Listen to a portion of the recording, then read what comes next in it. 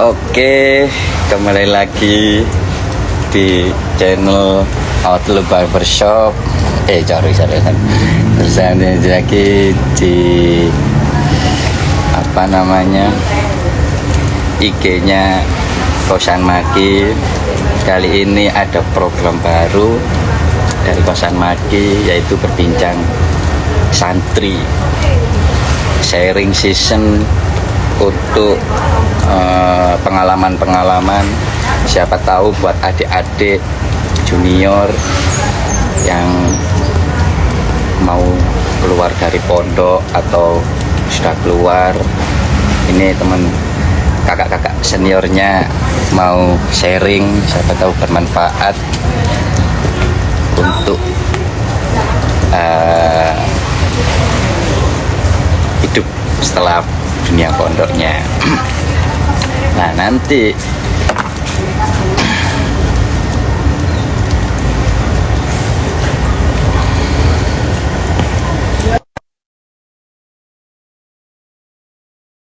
sambil nunggu narasumbernya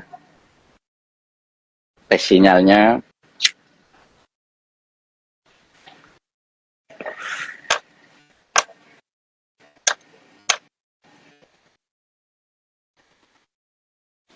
Kayaknya, nah ini sudah bergabung bersama kami narasumber episode pertama, yaitu Mas Sahlul Ulum. Gimana kabarnya Mas Sahlul Ulum?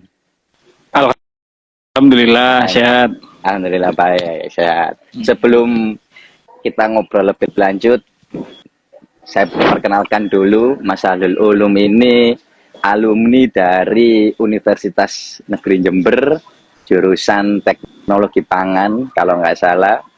Terus beliau ini seneng dengan kegiatan-kegiatan kampus, terutama lomba-lomba itu kayak haus gitu loh. Nah nanti bisa diceritakan sama Mas Sahlul pengalaman-pengalaman ketika berada di kampus itu seperti apa, kurang lebihnya kayak gitu. Jadi kurang lebihnya kayak gitu ya, nanti dilanjut ngobrolnya. Nah, oke, Mas Sahlul Ulum, lagi di mana ini Mas? Posisi lagi di Trenggalek Mas. Aduh, Trenggalek. Apa Mas, healing liburan Mas ya? Ya pulang ke rumah sih. Ke rumah. Iya. Oke Mas. Mungkin langsung aja Mas. Tema kali ini itu sangat menarik, yaitu demo terhadap diri sendiri. Gimana caranya kita bisa melawan kemalasan atau melawan, pokoknya berdemo lah. Dimulai dari diri sendiri. Gimana pendapat Mas Sahlul tentang tema kali ini? Ya awal kali dengar ya dari panitia itu menghubungi saya kurang lebih 4 hari yang lalu. Itu ngundang istilahnya ada kegiatan untuk gimana bisa sharing manfaat supaya bisa nyebar lah ya ilmunya gitu kan. Pengalaman-pengalaman apa yang mungkin bisa dibagikan, kemudian ya bilangnya sih ngobrol santai aja gitu kan. Karena ngobrol santai itu ya saya jadi ada mau lah, itu istilahnya ada ketertarikan lah gimana sih sebenarnya acara ini.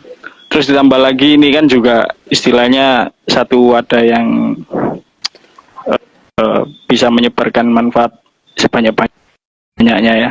Jadi saya iya kan waktu itu diundang untuk jadi salah satu istilahnya yang ngomong di awal lah ya, langkah awal untuk demo diri di acara yang baru pertama kali. Dan hari ini ya saya berterima kasih sekali sama panitia sudah diundang untuk jadi awal berjalannya demo diri, dan kedepannya semoga bisa tetap eksis dan akan menampilkan istilahnya pembicara-pembicara yang lebih baik dan lebih baik lagi gitu. Oke, menarik kata-kata apa ya, menginspirasi atau berbagi kebaikan tadi. Karena memang menurut saya kebaikan itu nggak harus dari orang-orang besar. Kadang kita dari hal apapun itu bisa menjadi kebaikan atau bisa terinspirasi. Nggak harus melihat sosok yang terlalu tinggi. Nah itu menarik. Jadi mungkin dengan wadah ini siapa tahu nanti adik-adik junior yang baru lulus pondok atau yang sudah lulus tapi bingung mau ngapain itu bisa nonton video ini. Jadi siapa tahu ada yang terinspirasi gitu. Tapi menurut Mas Ulum sendiri, kira-kira demo diri sendiri itu seperti apa, Mas? Kalau menurut Mas Ulum sendiri? Ya, kemarin juga disampaikan kan sebenarnya pencapaian apa yang pernah dicapai gitu ya. Ya nggak melulu tentang prestasi yang sangat besar gitu, atau istilahnya sampai skalanya internasional atau nasional gitu ya. Paling nggak ada suatu pencapaian yang membanggakan untuk dirinya sendiri. Jadi temanya kan demo diri gitu ya. Jadi bisa.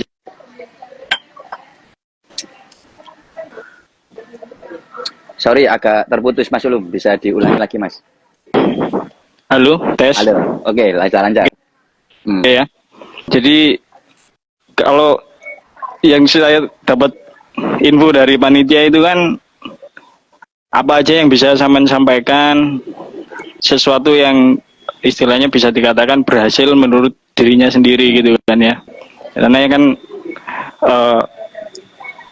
dari background yang saya dapat gitu kan, dari teman-teman panitia itu melihat sesuatu yang mungkin bisa saya sharekan untuk teman-teman gitu. Jadi harapannya ya pencapaian kecil itu mungkin bisa menginspirasi dari pendengar atau pemerhati dari acara demo diri ini. Oke, siap. Artinya mungkin bisa saya tafsirkan Mas Ulum itu sudah apa ya, berani mendemokan diri dengan membuktikan prestasinya lah, kurang lebihnya kayak gitu. Oke.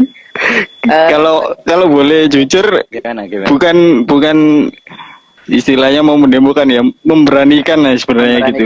Boleh, karena dipaksa. Karena dipaksa. Iya. Oke, siap. Nggak masalah. Oke, lanjut Mas Ulum.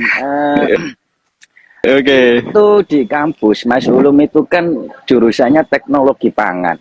Nah, itu kira-kira mempelajari tentang gimana Mas? Sedikit diceritakan kepada orang-orang awam.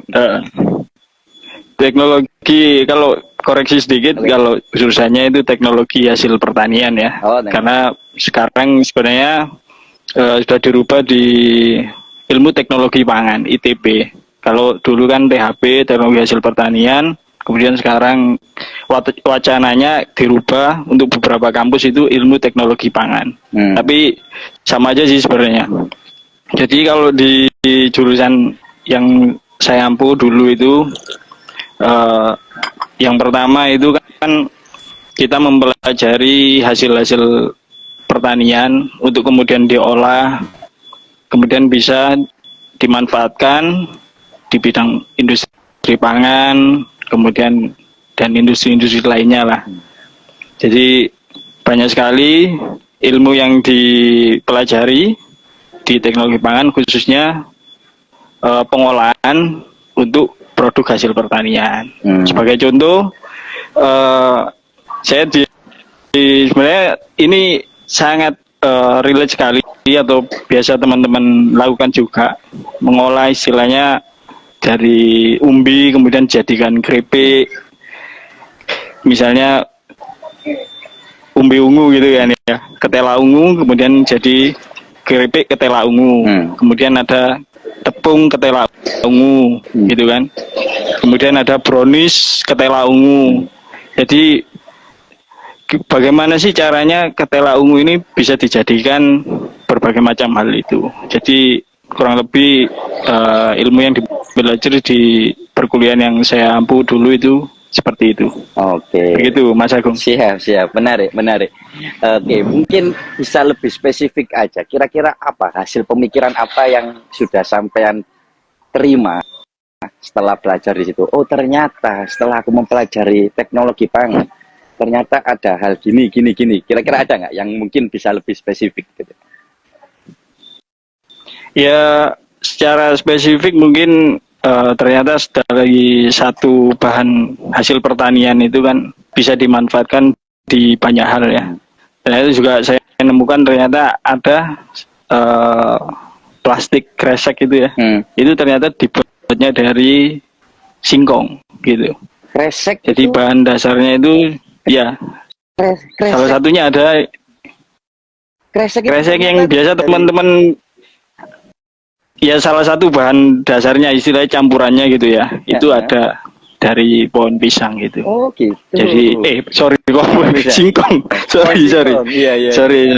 Berarti salah Iya, satu iya. bahan yang dari kresek itu dari bahan pohon singkong ya. Menarik sih ya. Itu memang dipelajari ya di situ. Buahnya Mas. Buah singkong. Buah singkong. Ya yang umbi-umbi singkong itu. Iya. Umbi-umbi singkong itu. Iya, biasa. Ada lagi nggak Mas? Ada lagi nggak Mas? Sesuatu yang mungkin kita belum ngerti gitu loh. Ternyata ada hasil riset atau hasil pemikiran sampean setelah belajar di situ. Selain kresek tadi, plastik tadi. Ya plastik ya.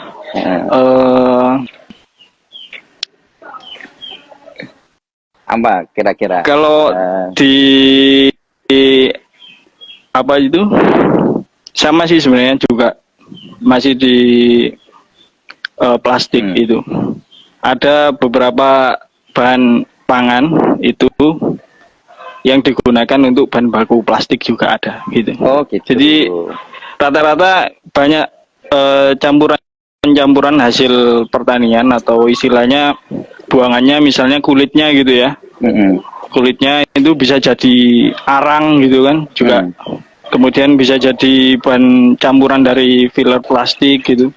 Jadi banyak dari hasil pertanian itu kayak di itu apa minyak sawit gitu kan. Ternyata minyak sawit itu bahan dasarnya dari bahan dasar untuk pembuatan sabun. Sabun mandi itu teman-teman di rumah itu. Iya. Bahan dasarnya minyak sawit. Minyak sawit. Iya. Kira-kira kenapa Mas? Ada apa? Ada unsur apa kira-kira kok bahan itu dipakai buat seperti sabun tadi ini? Salah satu aja bisa disebutkan. Ya itu kalau secara unsur ya pasti kan minyak itu kan terbuat dari lemak ya. Lemak itu kan istilahnya sama air itu kan bermusuhan gitu ya, nggak bisa nyatu gitu kan. Iya. Jadi dari bahan dasar itu dicampur dengan bahan kimia tertentu, nanti itu bisa jadi padat, kemudian bisa kita gunakan sebagai sabun gitu. Jadi lemak itu juga punya fungsi untuk mengangkat kotoran-kotoran gitu. Jadi secara prinsip dasarnya seperti itu. Siap. Oke. Terima kasih. Sebelum lanjut ke pertanyaan selanjutnya, buat teman-teman yang mau nanya-nanya, silakan dibantu pertanyaan di kolom komentar. Nanti siapa tahu Mas Ulum bisa sharing dengan pertanyaan tersebut, sama minimal bantu emot-emot ikon lah, biar Mas Ulum, biar kita lebih semangat lagi. Emot ikon api atau tepuk tangan gitu. Jadi tepuk tangannya via virtual gitu. Gitu ya. Oke, lanjut ke pertanyaan selanjutnya.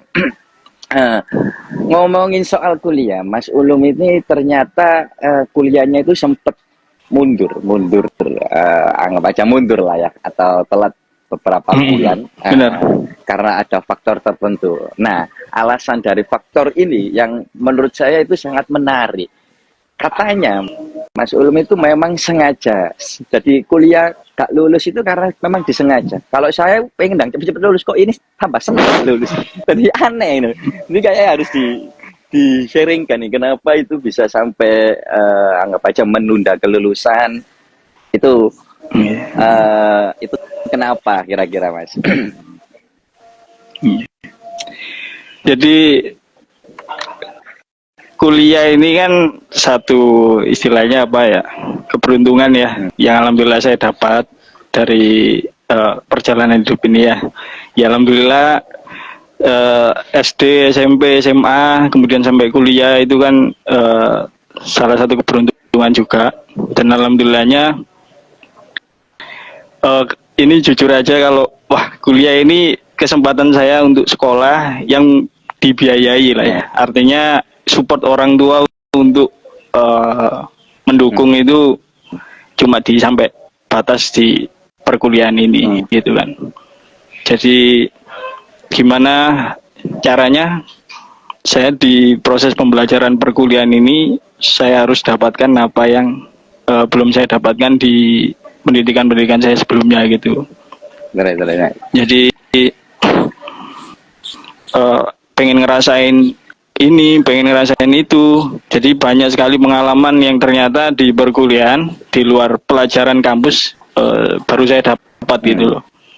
Jadi ada istilahnya kita juga punya role model gitu ya di pertemuan tertentu gitu kan. Jadi ada salah satu mahasiswa itu juga lulusnya itu lebih dari 4 tahun. Setelah saya tanya-tanya, ya dapat kesempatan untuk tanya-tanya dari salah satu mahasiswa itu, saya tanya kenapa kok lulusnya 5 tahun. Ternyata dia banyak sekali mengikuti kegiatan-kegiatan di luar kampus sampai akhirnya 5 tahun itu kayaknya malah kurang katanya gitu. Malah pengen 6 tahun. Cuma 5 tahun itu dirasa cukup, ya waktunya udah selesai lah ini gitu. Oke, berarti memang 5 tahun itu memang karena kesadaran ya, memang bukan karena nilai jelek atau apa gitu ya. Memang saudara pengen lebih lama karena ada sesuatu yang belum tercapai gitu ya berarti ya kurang lebihnya. Ya ada seperti itu juga. Tapi juga ada istilah kalau lulus di waktu yang tepat itu. Kalau kita kan ada istilah lulus tepat waktu sama lulus di waktu yang tepat gitu kan. Saya kayaknya pilih yang nomor 2 tadi. Keren. Oke, sedikit informasi bahwasanya ada bocoran kalau memang Mas Ulum ini sengaja molor itu karena beliau itu pengen mengikuti banyak hal yang belum dilakukan. Salah satunya itu ada lomba. Nah, Mas Ulum ini seneng banget sama lomba-lomba, bahkan dari lomba internal kampus, skala Jawa Timur atau skala skala nasional itu rasanya pengen diikuti semuanya. Nah itu salah satu molornya karena ada lomba yang belum diikuti. Nah sebelum bercerita saya mau bacakan lomba-lomba yang sudah pernah diikuti sama Mas Ulum. Nah ini salah satu dari alasan Mas Ulum memang nggak pengen lulus karena nyaman dengan pengen gali terus kemampuannya. Nah ini coba saya bacakan beberapa lomba yang sudah dihadiri yang sudah diikuti sama Mas Ulum. Sebenarnya ini agak susah Mas karena bentar ya, coba.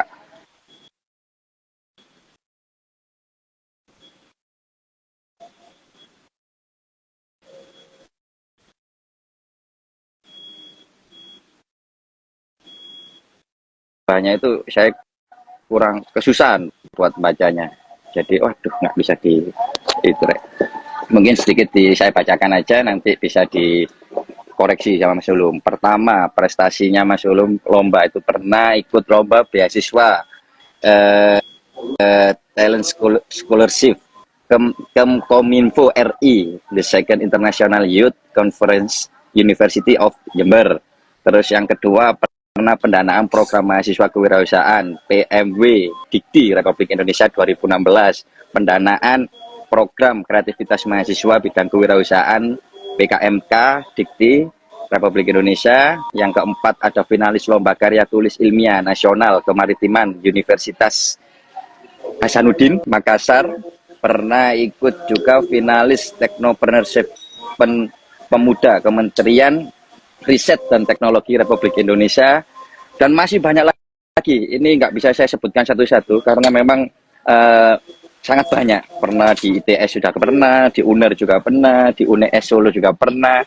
Kayaknya emang Mas Ulum ini apa ya, tertantang gitu loh dengan lomba-lomba itu. Mungkin dari sekian banyak yang saya sebutkan tadi, Mas, bisa nggak satu aja diceritakan pengalamannya atau pengalaman menarik dari sekian banyak itu?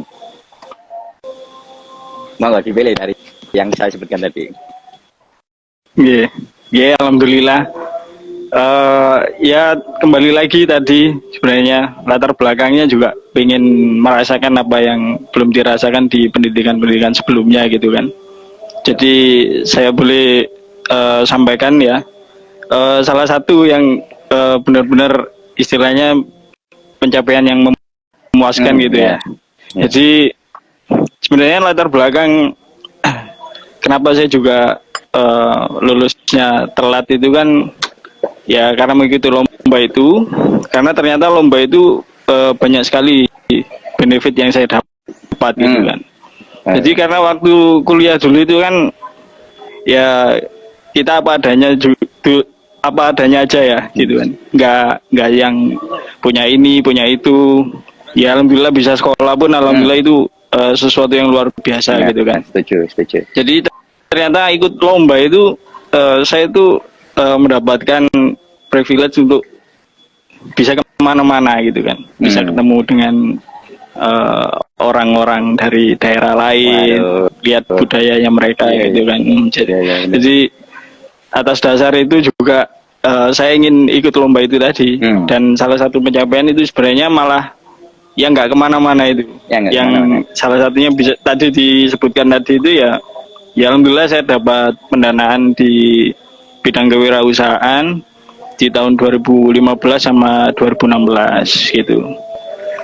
Itu sebesar berapa Mas kira-kira Mas? Ya seingat saya ya alhamdulillah dapat 30-an gitu. Alhamdulillah. Waduh. Gitu.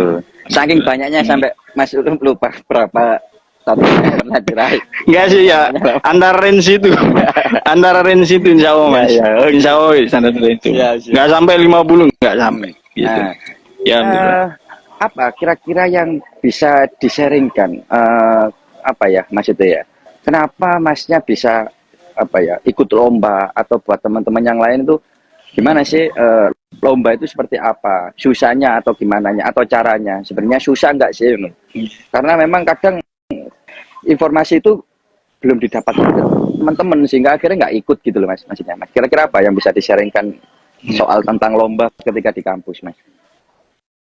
Yeah. Ya jadi awal ya harus punya kemauan sebenarnya. Kalau teman-teman pengen ikut lomba pasti kan pengen tahu dulu gitu kan, pengen mau dulu terus kemudian pengen tahu gitu kan ya. Jadi kalau saya berangkatnya kan dari ternyata ini lebih banyak manfaatnya gitu, artinya secara finansial gitu kan, kemudian bisa jalan-jalan gitu kan.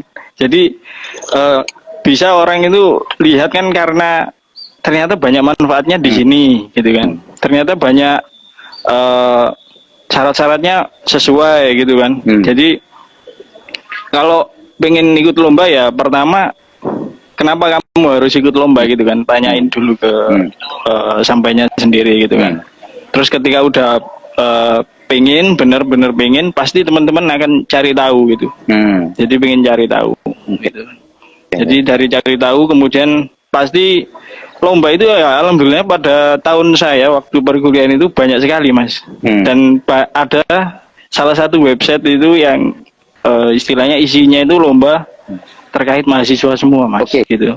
Mungkin jadi bisa, ya alhamdulillah. Mungkin bisa disebutkan Mas websitenya Mas. Siapa tahu nanti ada teman-teman yang pengen bergabung atau apa, atau nanti di kolom komentar aja ya Mas ya, dibantu sematkan websitenya ya. Gitu ya. Lanjut Mas. Ya bisa. Oke. Jadi ada yang tahunan itu yang pasti diselenggarakan oleh pemerintah, terus kemudian ada yang istilahnya seasonal yang biasanya diselenggarakan sama teman-teman universitas lain gitu kan. Terus ada dari instansi yang lain itu. Pasti kita nyarinya ya berdasarkan istilahnya tahun kemarin ternyata ada lomba ini, mungkin tahun ini ada nggak ya? Ya kita cari lagi gitu. Itu senjatanya juga ke Google lagi. Jadi nyari lomba apa gitu kan. Jadi kemudian lihat syarat-syaratnya. Pasti kalau kita mungkin nyarinya keywordnya ya lomba mahasiswa gitu kan, ya pasti langsung nampil gitu. Websitenya apa, kemudian temanya apa, kemudian dari tema itu misalnya teman-teman relate ya gitu kan, ternyata sampean itu punya, ya kembali lagi ya tadi kan wirausaha tadi ya, ternyata saya juga punya teman yang sudah memiliki usaha gitu kan, jadi saya manfaatin saya manfaatin teman saya, artinya gini, kita kerjasama gimana kalau usahamu saya bikinkin karya tulis ilmiah gitu kan, supaya ini bisa di majukan untuk lomba ini gitu kan.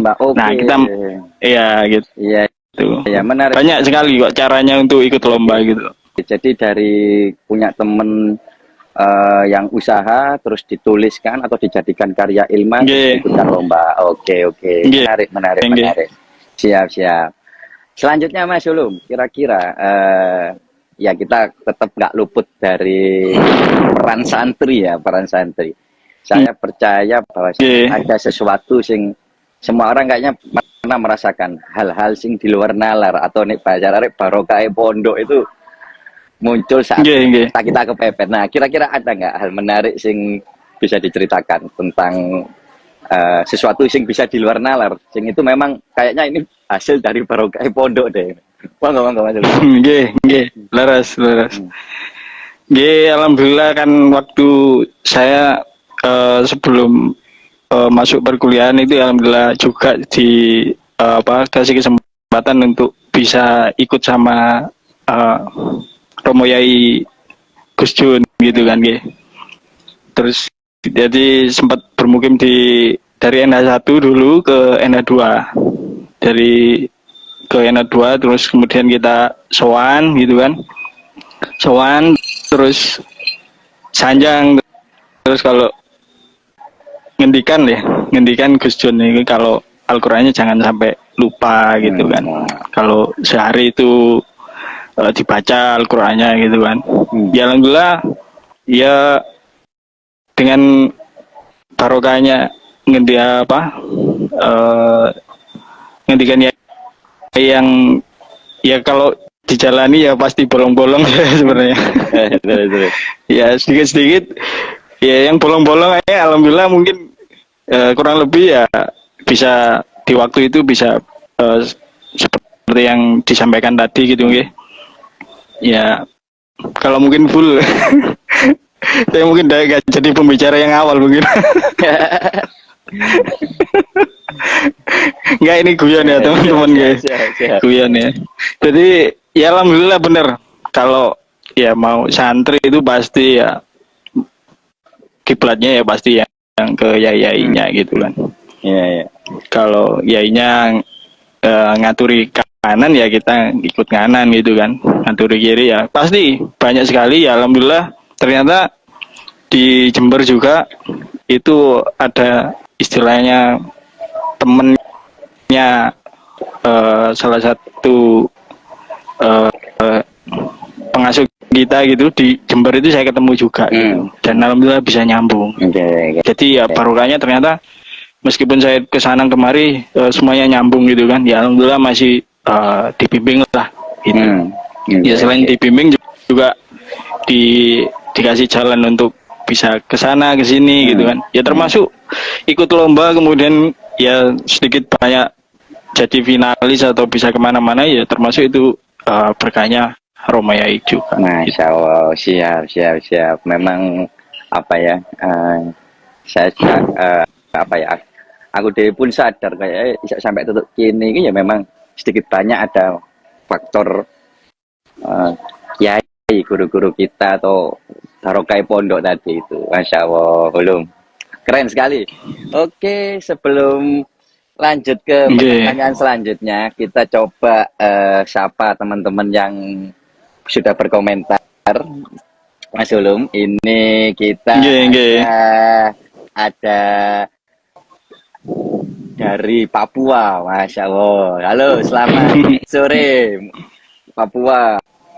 Waduh, keren, keren. Ini ada Maruko hadir. Waduh, teman-teman ini sangat antusias ini. Mas Ulum ini memang pinter semenjak kenal saya, Masya Allah. Tapi emang setuju kalau memang Mas Ulum ini dari dulu, dari dari waktu di pondok itu memang salah satu temen sing waktunya itu habis buat baca buku. Bahkan saya sendiri pun terinspirasi suka baca buku itu karena memang ini sama Mas Ulum ini.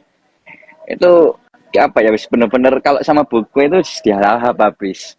Nah, sharing Mas, bisa sharing kira-kira atau gini aja, mungkin sejauh Mas Ulum baca buku, kira-kira buku apa yang paling mengena atau paling diingat, paling terinspirasi itu dari buku apa kira-kira? Menarik itu. Alhamdulillah ada buku itu, ini malah dari barat, terjemahan itu judulnya itu Food Rule. Jadi aturan makan itu. Aturan makan. Jadi aturan makan ini kalau di isinya itu Mas ya, itu ternyata ada 73 atau 63 gitu kan. Bagaimana kita punya aturan untuk makan di sepiring sepiring nasi atau sepiring gitu ya. Dalam piring itu diisi apa aja, kemudian diisi apa aja. Nah itu ada menyampaikan itu di bab terakhir itu ada yang bikin saya benar-benar seneng banget itu, ternyata orang yang non muslim ini ya. Ya saya langsung dari barat itu kalau dawai Kanjeng Nabi itu dijelaskan juga di situ. Jadi di Food Rule itu menjelaskan bahwa makan itu sepertiga makanan, kemudian sepertiga minum, kemudian sepertiga udara, itu dijelaskan secara ilmiah juga.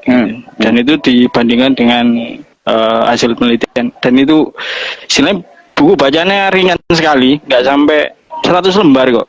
Gitu. Dan itu sangat istilahnya apa ya? Paling saya senengi lah buku itu karena enteng, bahasanya juga enak, tapi dan ternyata isinya juga sangat bagus sekali gitu. Sangat berbobot. Siap. Oke, terima kasih Mas Ulum atas waktunya. Mungkin obrolan kita akhiri sampai di sini karena nanti kalau terlalu lama nanti bosen. Nah, sebelum kita akhiri acara pada sore hari ini, apa ya? Kami dari pihak panitia mungkin minta saran siapa kira-kira narasumber yang harus hadir di episode selanjutnya, kira-kira Mas Ulum. Enggak. Kalau boleh saran dari teman saya itu, ya sesama alumni Nur Huda Malang Singosari. Ada teman saya namanya Mas Kholis. Jadi Mas Kholis ini dari lulus kuliah itu menghafalkan Al-Quran Mas.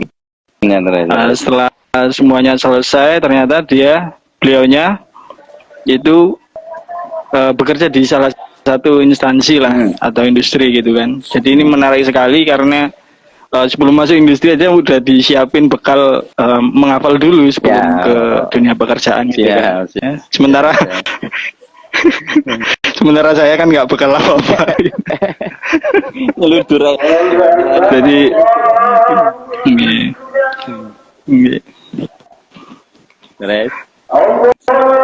Tadi ada nih gitu. Gimana sih? Kita berhenti sejenak. Break sebentar ya. Break sebentar ya. Oke.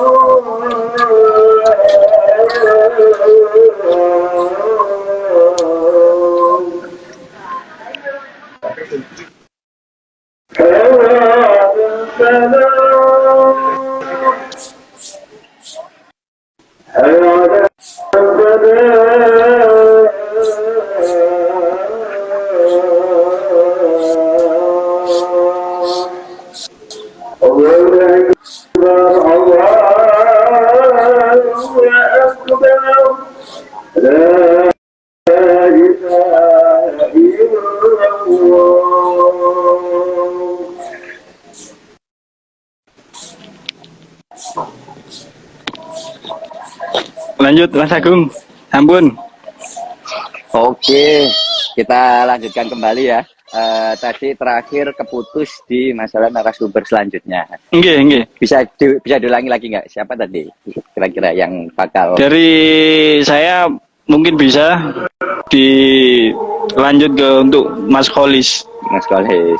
Jadi Mas Kholis ini kan beliaunya dari perkuliahan, kemudian mondok lagi ya, setahu saya gitu nggih.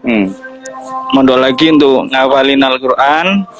Alhamdulillah ya sudah lulus, kemudian masuk ke industri gitu. Jadi persiapannya itu menurut saya sangat istimewa lah ya. Boleh. Gitu kan. Menarik itu. Karena Emang agak kalau kita kan nyiapin CV, nyiapin pengalaman, nyiapin prestasi, kalau beliaunya kan nyiapin Al-Quran. Wah ini udah bener. Kayaknya menarik itu. Gimana cara mensinkronkan dunia kerja secara profesional dengan tetap menjaga Al-Qur'annya itu kayaknya menarik itu. Kayaknya teman-teman harus